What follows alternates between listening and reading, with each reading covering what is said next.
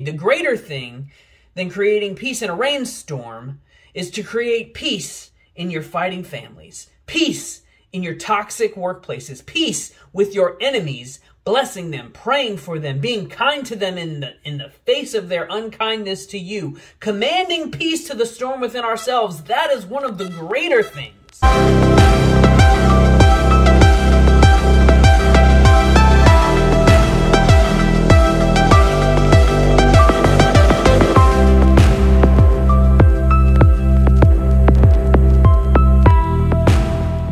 So a real life application of our do this and have peace model, right?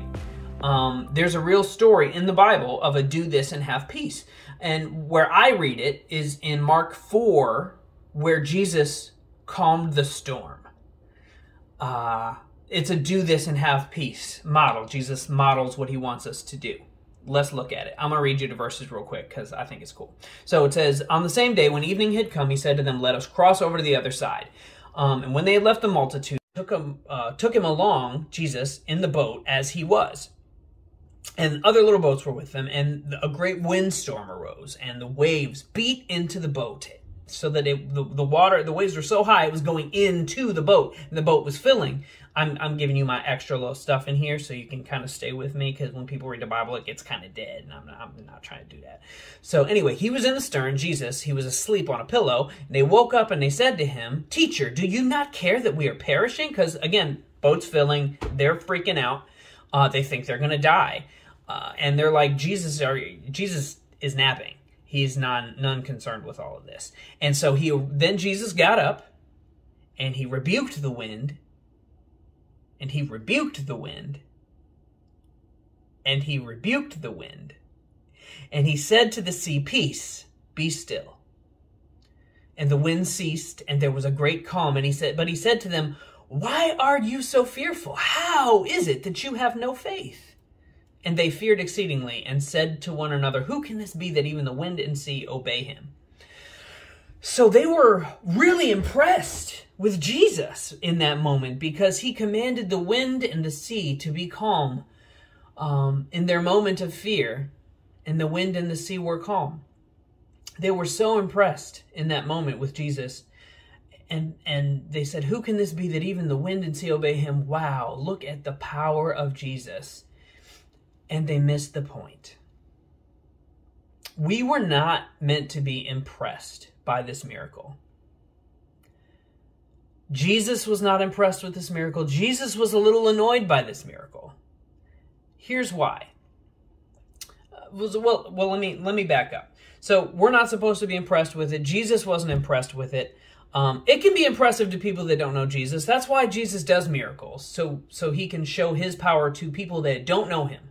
They're not really meant very often, sometimes, but not often are they in the scripture for us who know him and have seen his works already. Most of Jesus' miracles were done for people who didn't know him.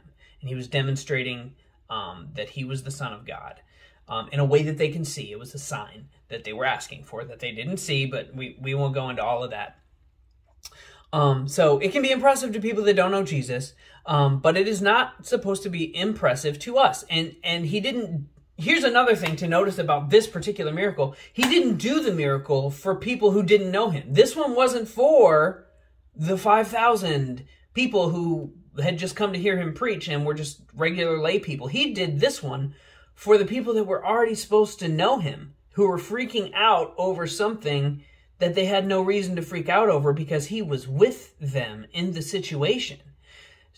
If you read Mark 1 through 3, before you get to chapter 4, Jesus had already cast out demons. He'd already healed the sick. He'd already made the lame walk. And so Jesus is taking this nap, and they're coming up to him like he's going to let them die, like he's going to fail them. And they're like, do you not care about us at all? And so he gets up and he's like, he rebukes the wind, and he tells the seas to be calm.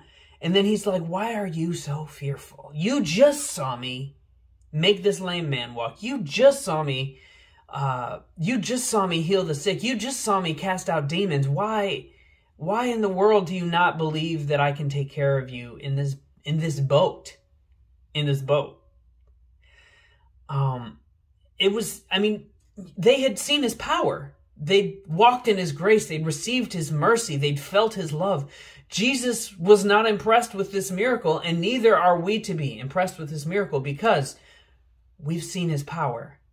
We've walked in his grace. We've received his mercy. We've felt his love. And so if that's what we're impressed by, that he calmed the storm, then you've missed the point. Jesus made this. So Jesus, Christ, is the one who made this high-tech biological machine that we call the earth. He made it himself, every atom. He made every part of it. He knows where the off switch is. And so it ain't no thing for Jesus to just go. So that's why it's not supposed to be impressive. He turned the off switch on something that he made. It's not meant to be impressive to us that is what he did.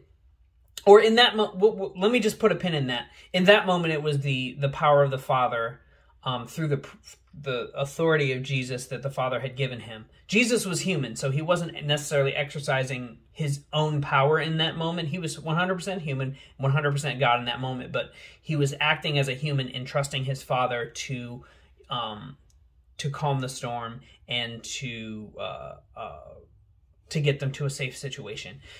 That's kind of a little bit more deep theologically, and I'd love to talk with you more, so I dropped that in there so we can have little banter in the comments later. Who's excited about that? I know I am. So the calming of the storm was meant not to be impressive to us. It was meant to be an example of do this and then peace comes. In the storms of our lives, we are to rebuke those things which attempt to take our faith away. They will never be able to take us out of where we are in Christ. So the only possible logical option is to rebuke them. Rebuke the winds. Whatever it is that's stirring up the problems in your life, rebuke it. Rebuke the internal voices that are trying to make you worry and that are causing you to go over that same situation when you already know that you just have to put it in God's hands. Rebuke that. Rebuke it. Rebuke it. And then command it to be at peace. So Jesus' calming of this storm is meant to be an example. It's an example to us that peace doesn't just come because you want it. Peace comes through faith. You have to work for it. You have to take action to be able to bring peace within yourself to calm your own inner storm. You have to take action to bring peace on the outside of you, to calm the storms in your household, the infighting amongst the people in your house, the people on your job. Jesus said in John 14:12, this is a thing that we mention often, but we don't really know how to apply it. But this is a good application. He said in John 14:12, most assuredly I say to you, he who believes in me, the works that I do, he will do also. And greater works than these he will do because I go to my Father. Jesus said we would do greater works than he did. And that's because it ain't, like I said, it ain't no thing to stop the rain for Jesus. Even though he was human in that moment, and it was the power of God the Father stopping that storm through the faith of his son Jesus, the greater thing than flipping an off switch on a machine that you made, the greater thing than creating peace in a rainstorm is to create peace in your fighting families, peace in your toxic workplaces, peace with your enemies, blessing them, praying for them, being kind to them in the face of their unkindness to you, commanding peace to the storm within ourselves. That is one of the greater things that he was speaking about. And so we have to take those steps. And again, because this is the last time that I'm talking about peace, let's just go back to this verse. To accomplish the peace that Jesus is talking about, or that Paul is talking about in the fruit of the Spirit, we reference be anxious for nothing, but in everything by prayer and supplication with thanksgiving. Step back out of your situation. Figure out what it is you want. Think it through, the whole thing. Prepare the solution that you have, that you would like to ask God for, while thanking him for allowing you to be in this tough situation. Thank him for it. Lift it up to God and the peace of God will then come and guard you. So nothing else can come in, and things that shouldn't come out can't come out because it's guarding you, right? And now, once you've got this outside thing that's stopping stuff from coming in, you can deal with the inside stuff that's still going to be there. It's not going to just magically make you feel better, but now you can start to deal with it. How? By choosing instead to think about the true things. Think about the noble things. Think about the just things. Think about the pure things. Think about the lovely things. Think about the things that are of good report, that have virtue, that are praiseworthy. Think about the great things that God has done for you. Think about the blessings that you have right now. Count your blessings, name them one by one, and it will surprise you what the Lord has done. Think about those things.